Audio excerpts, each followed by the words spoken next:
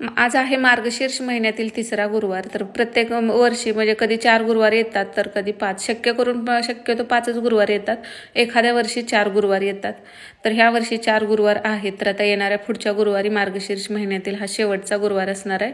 आणि एकादशी सुद्धा आहे. तरी पण त्याच गुरुवारी आपल्याला उद्यापन करायचं आहे. कारण कथेमध्ये सुद्धा सांगितलेलं असतं की शेवटच्या पहिल्या गुरुवारी आपण पूजा मांडतो. शेवटच्या गुरुवारी अगदी अशीच पूजा मांडून आपल्याला यथासांग पूजा मांडायची आणि उद्यापन करायचं असतं. तर आज 3रा गुरुवार आहे. तर सकाळी गुरुवारच्या दिवशी थोडंसं लवकर आवरले ना, सकाळी लवकर उठलं की आपली कामं पण लवकर आवरतात. मग सकाळी पूजा मांडले की थोडंसं फ्रेश वाटतं. मग संध्याकाळी आपली गडबड होत नाही. कारण संध्याकाळी परत स्वयंपाक बनवायचा, नैवेद्य दाखवायचा, गाईला पण नैवेद्य दाखवायचा असतो आणि पूजा मांडायची म्हटलं तर वेळ होते. मग सकाळची कामं आवरल्यानंतर पूजा मांडायला बरं पडतं. तर आता मुलांचा डबा वगैरे करून दिलेलं होतं, चहा पाणी सगळं झालेलं होतं. पीठ मळलेलं आहे, मसूरची भाजी पण केलेली आणि आता मेथीची भाजी करायची होती आणि सोबतच भगर नुसतं जी वरी असते त्याचा भात मी शिजवून आत्ताच ठेवते. मग पूजा होईपर्यंत 12 होतात. मग तर मेथीची भाजी, आता भाजीपाला पण आपण जो काय आणतो त्यावरती सुद्धा मवा पडतो. तर एक चांगलं भरपूर पाटीत पाणी घेऊन असं 2-3 वेळा धुवून घेतली. त्यावरचा मवा जोपर्यंत निघत नाही तोपर्यंत. हिरवी मिरची, लसूण हे मिक्सरमधून बारीक करून घेतलं आणि मटकीची डाळ. आता यामध्ये ना जिरं मोहरी असलं काहीसुद्धा टाकत नाही. ज्या पालेभाज्या आहेत त्यामध्ये फक्त एखादी डाळ आणि लसूण मिरची टाकले तर ती छान लागते आणि शेंगदाण्याचं जाडसर कूट. आणि ही थोडीशी जास्त बारीक चिरली नाही भाजी, थोडंसं याला कट देऊन घेतलं. जास्त मोठी असल्यानंतर पण ती मग व्यवस्थित लागत नाही, म्हणजे दिसत सुद्धा नाही. ते अशीच खायला गेलं तर राहते तसेच, म्हणून मी थोडेसे कट केलेले. तर आता सोबतच आता चपात्या करत करत जेवायला द्यायचं चालू असतं. आणि जवसाची चटणी जी की सगळ्यांनाच आवडते. आणि आता ह्याने आणि नाना दोघं पण ह्या वेळेला जेवतात, म्हणजे 9:45 होत आलेले. तर छान अशी बघा मेथीची भाजी तयार आहे. तर ह्या भाजीवरती झाकण न टाकताच ना अशीच भाजी शिजवून घेतलेली होती. तर अशा पद्धतीने भाजी करून बघा, छान होते. आणि शेंगदाण्याचं जाडसर असं कूट टाकायचं. आता डाळ, मटकीची डाळ जास्त टाकली तरी सुद्धा चांगली लागते आणि डाळ कमी आवडत असेल तर थोडीशी टाकली तरी सुद्धा चालते. मुगाची डाळ सुद्धा चालते. तर इथं आता त्यांचं ताट वाढून दिलं आणि राहिलेल्यानंतर चपात्या बनवायच्या आहेत मला.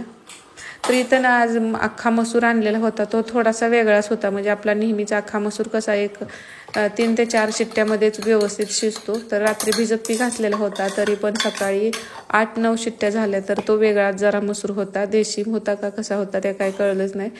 आणि शिजला नाही तरीसुद्धा तो अगदी मऊ असा झालाच नाही. बघा, दुसरा मसूर असतो तो 9-10 शिट्ट्या झाल्या तरीसुद्धा तो तसाच कठीणच लागत होता. नंतर इथं सगळं किचन ओटा वगैरे आवरून घेतला. सगळ्या चपात्या करून झाल्यानंतर परत मी इथं अगोदर पंचामृत जे आहे ते बनवून घेऊया म्हटलं. यामध्ये केळी, दूध, मध, थोडासा साखर, तूप आणि नंतर तुळशीचं पान टाकते. दही टाकलं तर मग काय होतं, ते आंबट होतं. मग ते लगेचच आपल्याला संपवावं लागतं दुपारपर्यंत.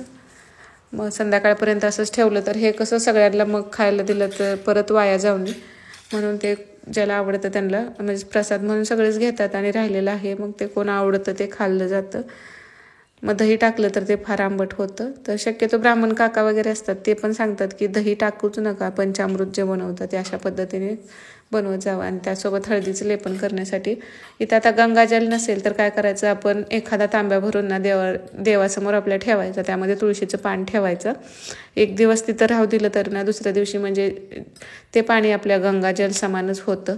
तर इथं सोबतच आता मटकी रात्री पाण्यात टाकलेली होती, त्याला मोड आणण्यासाठी असे बांधून ठेवली. म्हटलं नंतर आपली पूजा होईपर्यंत वेळ होईल.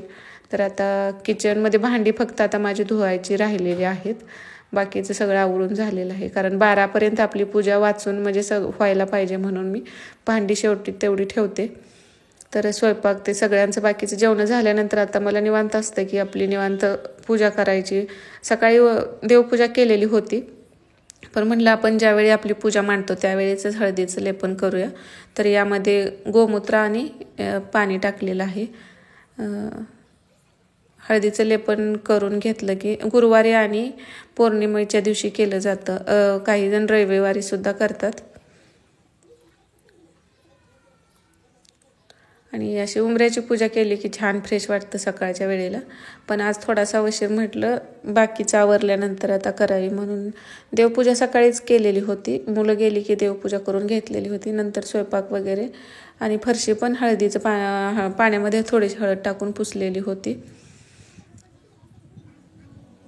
तर आता इथं जे झाड आणून लावलं होतं ना आपलं छोटंसं होतं, पण प्रत्येक गुरुवारी त्याचं एक एक फूल म्हणजे तिन्ही गुरुवारी 3 फुलं मिळालेली आहेत. अजून पण एक कळी आहे ती आता ह्या नंतरच्या शेवटच्या गुरुवारी ते होईल. तर आपल्या घरापाशी म्हणजे स्वतः लावलेल्या झाडाची फुलं देवाला घालायला छान वाटतात. आणि पांढरी फुलं आहेत रोजच्या देवपूजेला यूज होतात. ते झाड कसं मोठं आणि त्याला फुलं भरपूर असतात, जास्वंदीची, आणि ते नेहमीच फुलं राहतात. तर थंडी थोडीशी म्हणजे थंडी आहे अजून, पण थोडीशी नॉर्मल म्हणजे 2 दिवसापूर्वी जेवढी होती त्याच्यापेक्षा थोडीशी आज कमी आहे. पण पूर्ण कमी असं नाही, थंडी आहेच भरपूर. तर अशी आता रांगोळी आणि उंबऱ्याची पूजा करून झाली की आता मला आता म्हटलं आपली ह्याची पूजा मांडून घ्यावी. शक्यतो ही जी गुरुवारची पूजा आहे ती मी सकाळीच मांडते, कारण संध्याकाळी परत लेट होतं किंवा काही अडचण येऊ शकते. तर त्या वेळेस म्हणून जर सकाळीच पूजा मांडली तर मग बरं वाटतं. तर आता पूजेसाठी पण लागणारं साहित्य आहे ते काढून घेतलेलं आहे. जे रांगोळी समय आता सगळी पूजा वगैरे मांडते मी हे करून वाचून घेते कथा. पाटाखाली फक्त छोटीशी रांगोळी काढून स्वस्तिक काढून एक रांगोळी काढलेली असते. नंतर पूजा वाचून झाल्यानंतर कथा परत रांगोळी निवांत काढते, कारण मग रांगोळी काढत बसली तर मग तोपर्यंत 12 वाजतात का काय असं होतं. त्यापेक्षा मग रांगोळीत फक्त जी पाटासमोर थोडीशीच काढत असते तेवढीच, नंतर मागं ठेवते, कथा वाचून घेते मग काढते. तर इथं आता पाण्यामध्ये हळद टाकून फरशी पुसलेलीच होती. तर यावरती स्वस्तिक काढलं, त्यावरती हळदी कुंकू टाकून नमस्कार केला आणि स्वच्छ असा करून ठेवलेला पाट घेतला. पाटावरती हे वस्त्र आता नेहमी हेच आहे. हे जर थोडंसं खराब झालं तर म्हणजे अजून धुतलेलं नाही, ह्या गुरुवारसाठीच हा ब्लाऊज पीस काढलेला आहे. आणि आता सगळं प्रत्येक गुरुवारी आपण तो एकच ब्लाऊज पीस टाकला तरी सुद्धा चालू शकतो. समईमध्ये सुद्धा तेल आणि वाती घालून घेतलेले आहेत आणि समई जिथं लावायची तिथं थोडीशी फुलं टाकून घेते.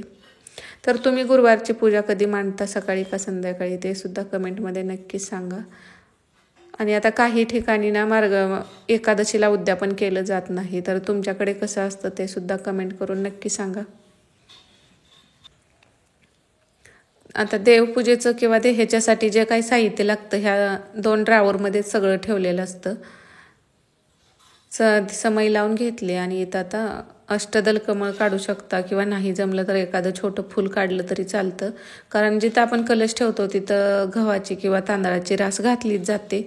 जशी कथेमध्ये सांगितलेली पूजा आहे त्याप्रमाणे अगदी साधी सोपी मी पूजा मांडते. जास्त आता जे तुम्हाला डेकोरेशन वगैरे बाकीचं करायचं असेल तर ते तुम्ही करू शकता, पण कथेत जशी पूजा आहे तशीच मी मांडते. यावर्षी फक्त हा जो मुकुट आहे तो आणलेला आहे, नाही प्रत्येक वर्षी फक्त नारळ आणि हे यामध्ये आपण जे 5 झाडांच्या ढाळ्या आणतो तर त्या ठेवलेल्या असतात. आता हे जे 5 झाडांचे पालवी आणलेली होती यामध्ये आंब्याचं आहे, पेरू, सीताफळ, चिक्कू आणि उंबराचं पण झाड आहे. तर घराच्या बाजूला इकडे तिकडे सगळी झाडं आहेत, तर तिथून हे 5 पालवी आपल्या लगेचच मिळतात. मग जो कलश आहे त्यामध्ये हळदी कुंकू, नाणं, सुपारी, अक्षता, फूल टाकलं आणि ह्याला एक छोटं मंगळसूत्र फक्त घालते मी. आणि ह्या ज्या 5 ढाळ्या आहेत ह्या धुवून घेतलेल्या आहेत, कारण यावरती चिकट, मवा आणि घाणसुद्धा तशी धूळ बसलेली असते. त्यामुळे सगळ्या पालव्या आणलेल्या होत्या तर अगोदर धुवूनच ठेवलेल्या. मग यावरती असा नारळ ठेवलेला आहे, तर तोच नारळ आपण 4 गुरुवारी म्हणजे यूज करू शकतो. नारळाची हळदी कुंकू, अक्षता, फुल वाहून अगोदर पूजा केली, कारण खरी पूजा ही अशीच आहे. नंतर तुम्ही मुकुट लावा, डेकोरेशन करा, पण अगोदर अशी कलश पूजन करून घ्यायचं आहे. मग आपण मुकुट हा जो लावलेला असतो तर हा तुम्ही मग हे आता तुमच्या हौसेचा विषय आहे, तुम्हाला जसा हवा तसं तुम्ही लावू शकता.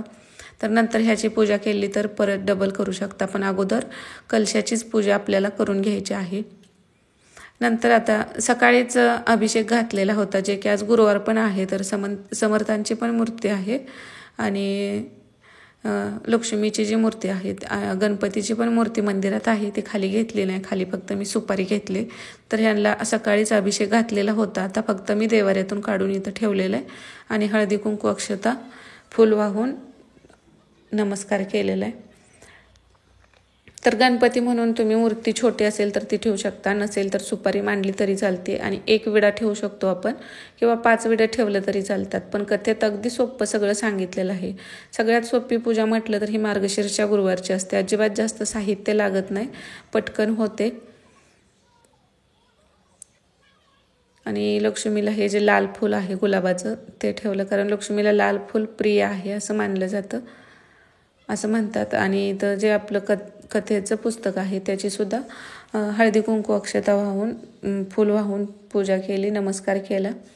मग आता तुम्हाला जो काही नैवेद्य दाखवायचा आहे, आता केळी पिकलेले आहे ते ठेवले तर खूप चिलट होतात इथं, कारण शनिवारी बाजारातून आणलेली असते, मग आज गुरुवारी ती पिकलेली असतात, मग ते तसं ठेवायला येत नाही इथं. आणि पेरू आत्ताच संपलेले आहेत, त्यामुळं जे काय होतं फक्त ॲपल होती तेवढी ठेवलेली आणि पंचामृताचा नैवेद्य इथं दाखवलेला आहे. ते नसेल नुसतं दूध साखर जरी तुम्ही ठेवलं, दुधामध्ये थोडीशी साखर टाकून तरीसुद्धा चालतं. मग इथं धूप अगरबत्ती जे काही लावायचं आहे ते लावून घंटीची सुद्धा नंतर पूजा करून घ्यायची.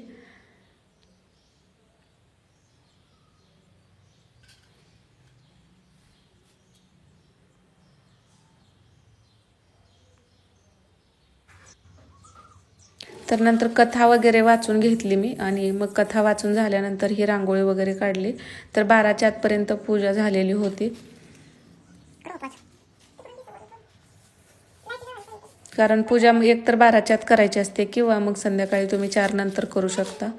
मग रांगोळी वगैरे आता बाकीचं आवरायला, म्हणजे मी बाकीचं फक्त पूजा मांडते, कथा वाचून घेते, मग राहिलेले रांगोळी काढणं, जो काय आपला पसारा परत आपण इथं रांगोळीचा डबा वगैरे ताट जे काय आणलेलं असतं ते भांडी वगैरे नंतर ते आवरायचं. पण अगोदर कथा वाचली की मग निवांत होतं.